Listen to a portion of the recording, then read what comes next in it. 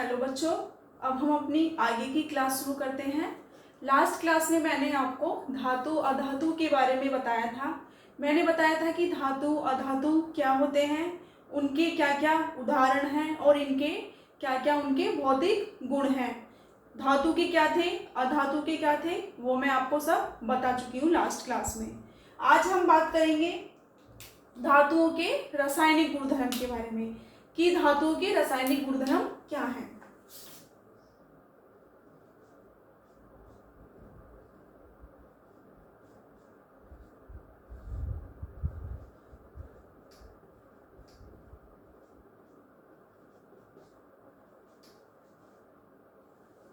धातुओं के रासायनिक गुणधर्म में क्या क्या आएगा, जैसे कि धातुएं अगर हवा में वायु में हवा से क्रिया करेंगी या वायु में दहन करेंगी तो क्या होगा, जल से क्रिया करेंगी तो क्या होगा, और अम्लों से अम्लों के साथ क्रिया करेंगी तो क्या होगा। आज हम उस पर डिस्कस करेंगे।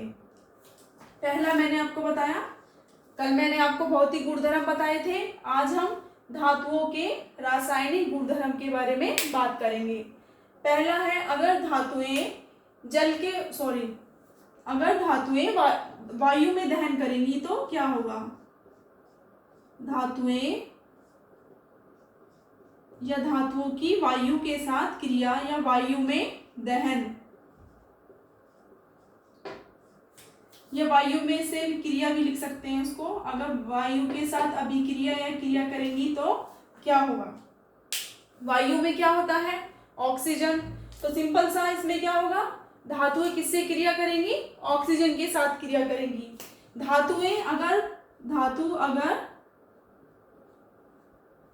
जब धातु वायु के साथ क्रिया करेंगी तो क्या बनाएंगी, धातु ऑक्साइड बनाएंगी। क्या बनाएंगी, धातु ऑक्साइड बनाएंगी। समझ में आया, धातु ऑक्साइड बनाएंगी। वायु में क्या होता है, वायु से क्रिया करेंगी। वायु में क्या होता है, वायु में ऑक्सीजन गैस होती है और भी बहुत सारी गैस होती है। ऑक्सीजन गैस होती है वायु में। जब ऑक्सीजन के साथ क्रिया करेगी धातु, वायु में क्या है, ऑक्सीजन। धातु वायु के साथ क्रिया करेगी तो क्या बनाएगी, धातु ऑक्साइड बनाएगी। अब हम कुछ एग्जांपल लेते हैं। मैंने आपको बताए थे धातुओं के क्या क्या उदाहरण होते हैं। क्या थे उदाहरण, सोडियम, पोटेशियम, मैग्नीशियम, एल्यूमिनियम, ये सब क्या थे, धातुओं के उदाहरण थे। अधातु के भी बताए थे और धातुओं के भी बताए थे। अब हम इनके साथ, ये जो जितनी धातुएं हैं इनके साथ क्रिया करके देखेंगे कि रिएक्शन में या अभिक्रिया के बाद क्या बनेगा, क्योंकि ये सब धातुओं के उदाहरण हैं। मान लीजिए अगर सोडियम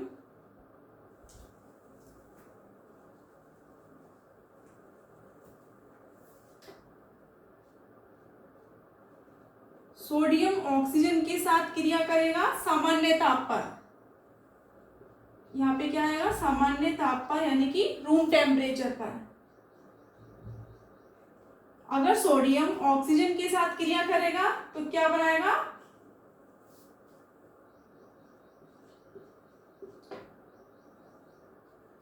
सोडियम ऑक्साइड बनाएगा। क्या बनाएगा, सोडियम ऑक्साइड बनाएगा। समझ में आया, जितनी भी धातुएं हैं अगर वायु के साथ क्रिया करेंगी तो क्या बनाएंगी, धातु ऑक्साइड। तो ये Na क्या है, हमारा धातु है, तो सोडियम, इसका नाम क्या हो जाएगा, सोडियम ऑक्साइड, यानी कि धातु ऑक्साइड है। धातु ऑक्साइड बोल सकते हैं, या फिर धातु का नाम क्या है हमारा, सोडियम। तो ये इसने क्या बनाया, सोडियम ऑक्साइड। इसको बैलेंस कर लेंगे। अगला एग्जांपल लेंगे हम पोटेशियम का। Na से क्या होता है, सोडियम, K से क्या होगा, पोटेशियम। अगर पोटेशियम ऑक्सीजन के साथ क्रिया करेगा वही सामान्य ताप पर तो क्या बनाएगा,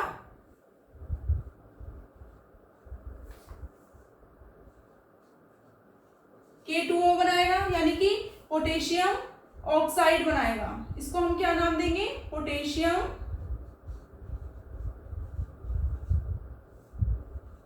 पोटेशियम ऑक्साइड। इसका मतलब भी क्या है, धातु ऑक्साइड या पोटेशियम ऑक्साइड। इसको भी बैलेंस कर लेंगे।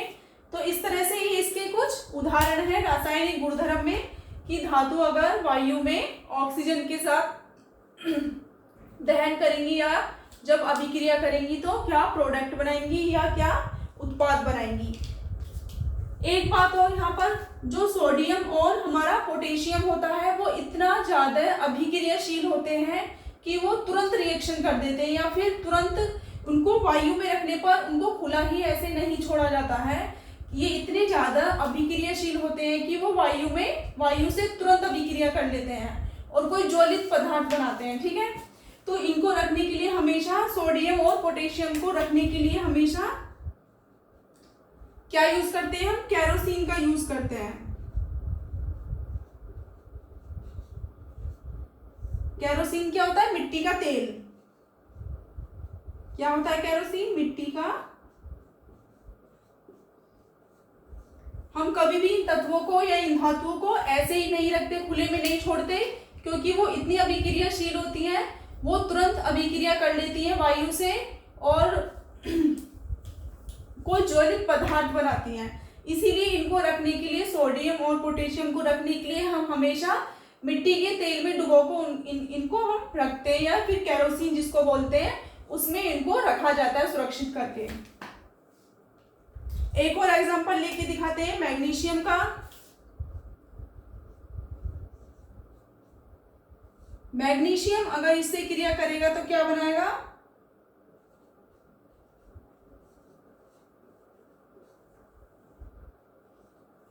मैग्नीशियम अगर ऑक्सीजन से क्रिया करेगा तो भी ये भी मैग्नीशियम ऑक्साइड बनाएगा। पर मैग्नीशियम क्या होता है, सामान्य ताप पर ऑक्सीजन के साथ या वायु के साथ क्रिया नहीं करता है। जब हम इसको गर्म करते हैं, गर्म करने पर मैग्नीशियम क्या करेगा, गर्म करने पर ही ऑक्सीजन के साथ अभिक्रिया करेगा।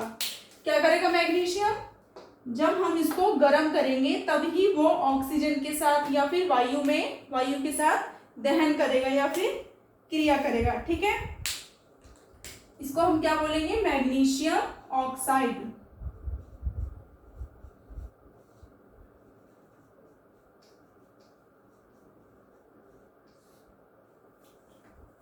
इतना समझ में आया? समझ में आया? एक बार फिर से रिवाइज कर लेते हैं। धातुएं, कल हमने आपको पढ़ाए थे धातुओं के भौतिक गुणधर्म और अधातुओं के भौतिक गुणधर्म। ये क्या है, धातुओं के रासायनिक गुणधर्म, यानी कि जब धातु वायु में ऑक्सीजन उपस्थित होती है, सभी को पता है, वायु में दहन करेगी या फिर वायु से क्रिया करेगी। जब भी धातु वायु से क्रिया करेगी तो वो क्या बनाएगी, हमेशा धातु ऑक्साइड बनाएगी। ये कुछ उदाहरण थे धातुओं के, जैसे कि सोडियम, पोटेशियम, मैग्नीशियम, एल्यूमिनियम। ये मैंने आपको एग्जाम्पल लेके भी समझा दिया, आपको भी ऐसे ही याद रखने हैं, याद करने हैं लिख लिख के कि सोडियम अगर ऑक्सीजन के साथ क्रिया करेगी तो सोडियम ऑक्साइड बनाएगा, पोटेशियम के साथ अगर ऑक्सीजन क्रिया करेगा तो पोटेशियम ऑक्साइड बनाएगा, मैग्नीशियम अगर ऑक्सीजन के साथ क्रिया करेगी तो मैग्नीशियम ऑक्साइड बनाएगा। अगली हम बात करेंगे रासायनिक गुणधर्म की धातुओं की। अगर धातुएं जल के साथ क्रिया करेंगी तब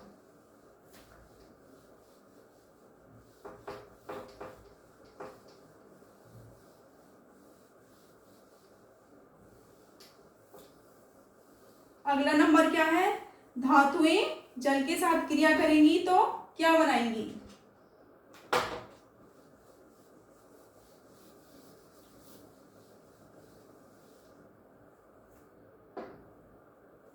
अगले नंबर में क्या है, धातुओं की जल के साथ अभिक्रिया, धातुओं की जल के साथ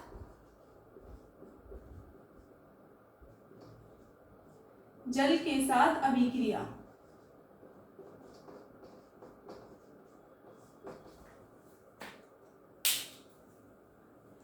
जल के साथ क्रिया करती है धातुएं तो क्या बनाती है, ज्यादातर धातु जल के साथ अगर अभिक्रिया करेंगी तो क्या बनाएंगी, धातु ऑक्साइड ही बनाएंगी और हाइड्रोजन गैस बनाएंगी साथ में।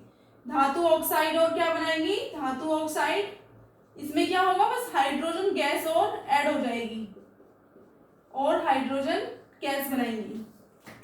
धातुएं क्या जल के साथ अभिक्रिया करेंगी तो क्या बनाएंगी, धातु ऑक्साइड ही बनाएंगी और हाइड्रोजन गैस बनाएंगी। लेकिन क्या होता है, सभी धातुएं, जरूरी नहीं है कि सभी धातुएं जल के साथ क्रिया करें, केवल कुछ ही धातुएं जल के साथ अभिक्रिया करती हैं। जैसे कि कुछ धातु क्या करती हैं,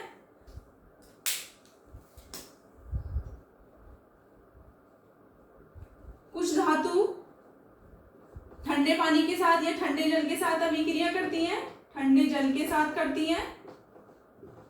कुछ धातु क्या करती हैं, गर्म जल के साथ करती हैं।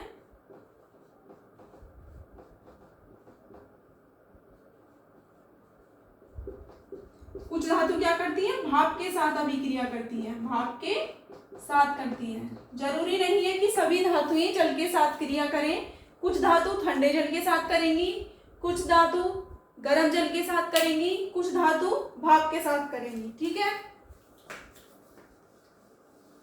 अब हम इनकी अभिक्रिया लिख के देखेंगे कि क्या, जैसे पहले बताया था एग्जांपल सोडियम और पोटेशियम के साथ ही।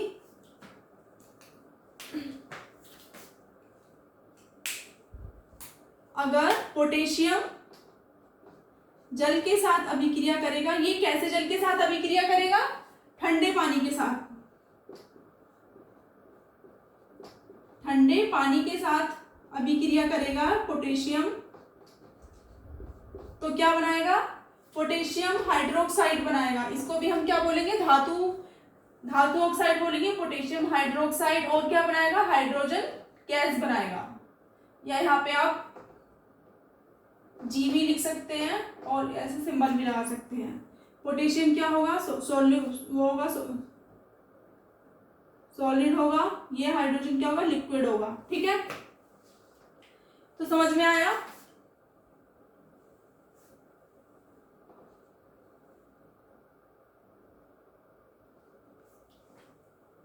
ये क्या है, पोटेशियम क्या करेगा, ठंडे जल के साथ अभिक्रिया करेगा और पोटेशियम हाइड्रोक्साइड और हाइड्रोजन गैस बनाएगा। ऐसे ही अगर सोडियम जल के साथ अभिक्रिया करेगा तो क्या बनाएगा, ये भी क्या करेगा, ठंडे पानी के साथ ही अभिक्रिया करेगा। ये भी सोडियम हाइड्रोक्साइड बनाएगा और हाइड्रोजन गैस बनाएगा। इसको हम क्या बोलेंगे, पोटेशियम हाइड्रोक्साइड, पोटेशियम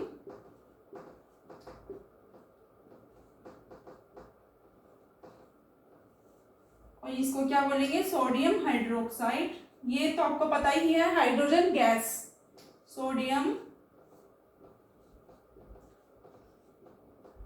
हाइड्रोक्साइड बनाएगा।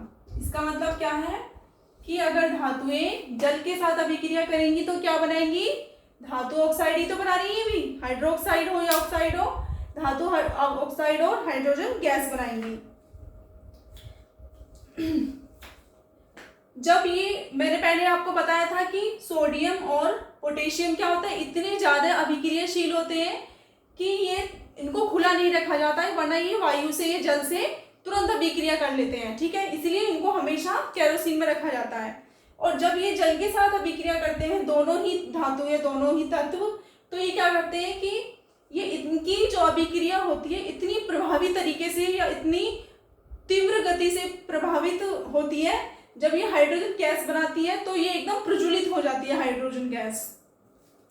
इसका मतलब है जब भी ये पोटेशियम या सोडियम हाइड्रोजन के साथ क्रिया करेंगी तो ये इतनी प्रभावी अभिक्रिया करती हैं, जो इसमें हाइड्रोजन गैस बनती है वो प्रज्वलित हो जाती है।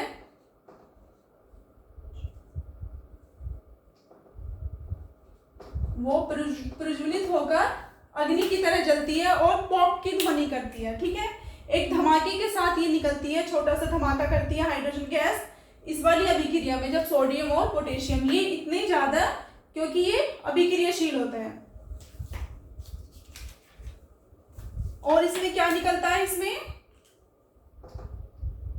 इसमें ऊष्मीय ऊर्जा भी निकलती है। ऊर्जा के साथ ये हाइड्रोजन गैस क्या करती है, ऊष्मीय ऊर्जा के साथ हाइड्रोजन गैस भी निकलती है। यहाँ पे ऊष्मीय ऊर्जा भी कर लेना। जिस अभिक्रिया में ऊष्मीय ऊर्जा निकलती है उस अभिक्रिया को क्या बोलते हैं? ऊष्माक्षेपी अभिक्रिया। मैंने पढ़ाया था आपको, उस अभिक्रिया को क्या बोलेंगे? ऊष्माक्षेपी अभिक्रिया।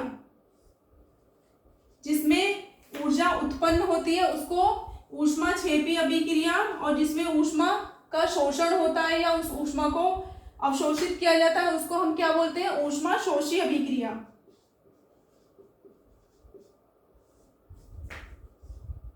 तो ये कैसी अभिक्रिया होती है? ऊष्माक्षेपी अभिक्रिया होती है।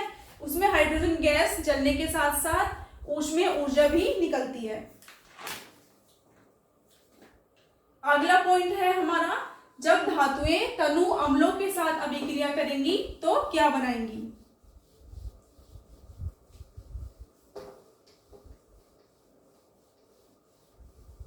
धातुओं की तनु अम्लों के साथ अभिक्रिया। धातुओं की तनु अम्लों के साथ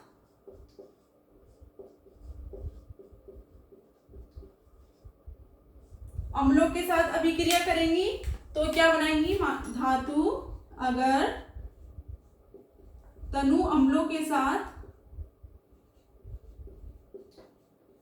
अभिक्रिया करेंगी तो क्या बनाएंगी? संगत लवण बनाएंगी या फिर लवण बनाएंगी और हाइड्रोजन गैस भी बनाएंगी। ठीक है, इसमें क्या होगा? धातु अगर तनु अम्लों के साथ क्रिया करेंगी, संगत लवण और हाइड्रोजन गैस बनाएंगी। इसमें भी क्या है, जो ज्यादा अभिक्रियाशील होती हैं धातुएं वो ही केवल तनु अम्लों के साथ अभिक्रिया करती हैं। जो कम अभिक्रियाशील होती हैं वो तनु अम्लों में से, इसमें क्या है, जो ज्यादा अभिक्रियाशील हमारी धातु होती हैं वो तनु अम्लों के साथ अभिक्रिया करके क्या करती हैं? अम्लों में से हाइड्रोजन को विस्थापित कर देती हैं। और जो कम अभिक्रियाशील होती हैं वो क्या करती है? वो इससे अभिक्रिया तो करती है लेकिन हाइड्रोजन को तनु अम्लों में से हाइड्रोजन को विस्थापित नहीं कर पाती हैं। इसके उदाहरण बताते हैं आपको, इसकी अभिक्रिया के क्या उदाहरण है, समझ में आया? धातुएं क्या है? तनु अम्लों के साथ क्रिया करेंगी तो लवण और हाइड्रोजन गैस बनाएंगी। कुछ धातुएं बताई थी मैंने, कुछ ज्यादा अभिक्रियाशील होती हैं, कुछ कम अभिक्रियाशील होती हैं। जो अधिक अभिक्रियाशील होंगी वो क्या करेंगी? तनु अम्लों में से हाइड्रोजन को विस्थापित कर देंगी, और जो कम अभिक्रियाशील होंगी वो क्या करेंगी? अम्लों में से हाइड्रोजन को विस्थापित नहीं कर पाती हैं। मान लीजिए अगर सोडियम तनु अम्ल क्या है? HCl, इसके साथ अभिक्रिया करेंगी तो क्या करेंगी? लवण बनाएंगी और हाइड्रोजन को विस्थापित कर देंगी। ठीक है, अगर पोटेशियम, ये क्या है? सोडियम क्लोराइड, इसको क्या बोलेंगे?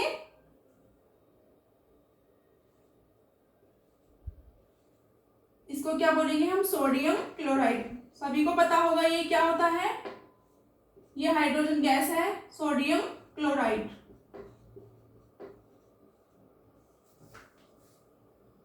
अगर पोटेशियम HCl के साथ या तनु अम्ल के साथ क्रिया करेगा तो ये भी क्या बना देगा? पोटेशियम क्लोराइड और हाइड्रोजन गैस। इसको बैलेंस कर लेंगे, ये क्या बना देगा? पोटेशियम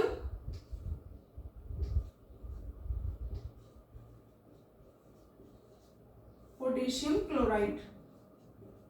समझ में आया? क्या बना देगा? पोटेशियम क्लोराइड और हाइड्रोजन गैस। अगर एक और एग्जांपल लेते हैं इसका, अगर एल्यूमिनियम तनु अम्लों के साथ क्रिया करेगा तो क्या बनाएगा? एल्यूमिनियम क्लोराइड और हाइड्रोजन गैस। एल्यूमिनियम क्लोराइड क्या है? हाँ, इसको क्या नाम देंगे? एल्यूमिनियम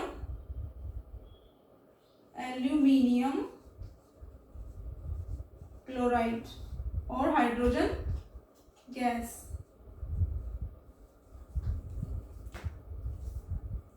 इसको बैलेंस कर लेंगे, 6 आएगा यहाँ पे,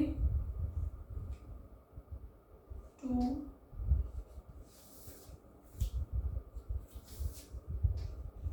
इसको बैलेंस कर लेंगे। ठीक है, इसमें समझ में आया। धातुएं अगर तनु अम्लों के साथ अभिक्रिया करेंगी तो क्या बनाएंगी, लवण और हाइड्रोजन गैस बनाएंगी। जो ज्यादा अभिक्रियाशील होंगी वो इसमें से हाइड्रोजन को विस्थापित करके अलग कर देंगी, जो कम होंगी वो उसको हाइड्रोजन को विस्थापित नहीं कर पाएंगी। सोडियम HCl के साथ अभिक्रिया करके क्या बना देगा, सोडियम क्लोराइड बना देगा और हाइड्रोजन गैस बना देगा। पोटेशियम भी तनु अम्लों के साथ क्रिया करके क्या बना देगा, पोटेशियम क्लोराइड और हाइड्रोजन गैस। ऐसे ही एल्यूमिनियम एक और एग्जाम्पल है, इसका ले सकते हैं एक और एग्जाम्पल।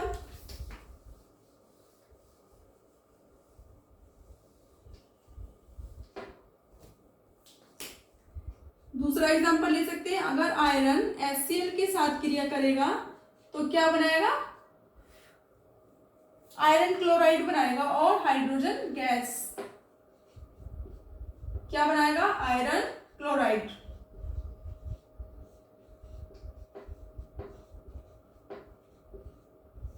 आयरन क्लोराइड बनाएगा। ये सॉलिड होता है, ये क्या है, लिक्विड या फिर एक्वस बोल सकते हैं इसको।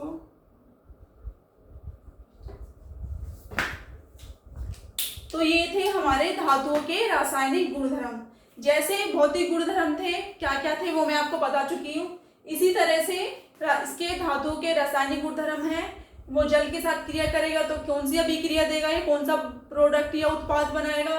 वायु के साथ ऑक्सीजन से करेगा तो क्या बनाएगा, तनु अम्लों के साथ क्रिया करेंगे तो धातुएं क्या बनाएंगी। आज की क्लास में बस इतना ही। आगे हम पढ़ेंगे, अगली क्लास में हम पढ़ेंगे अधातुओं के रासायनिक गुणधर्म क्या होते हैं। और आज के लिए इतना ही।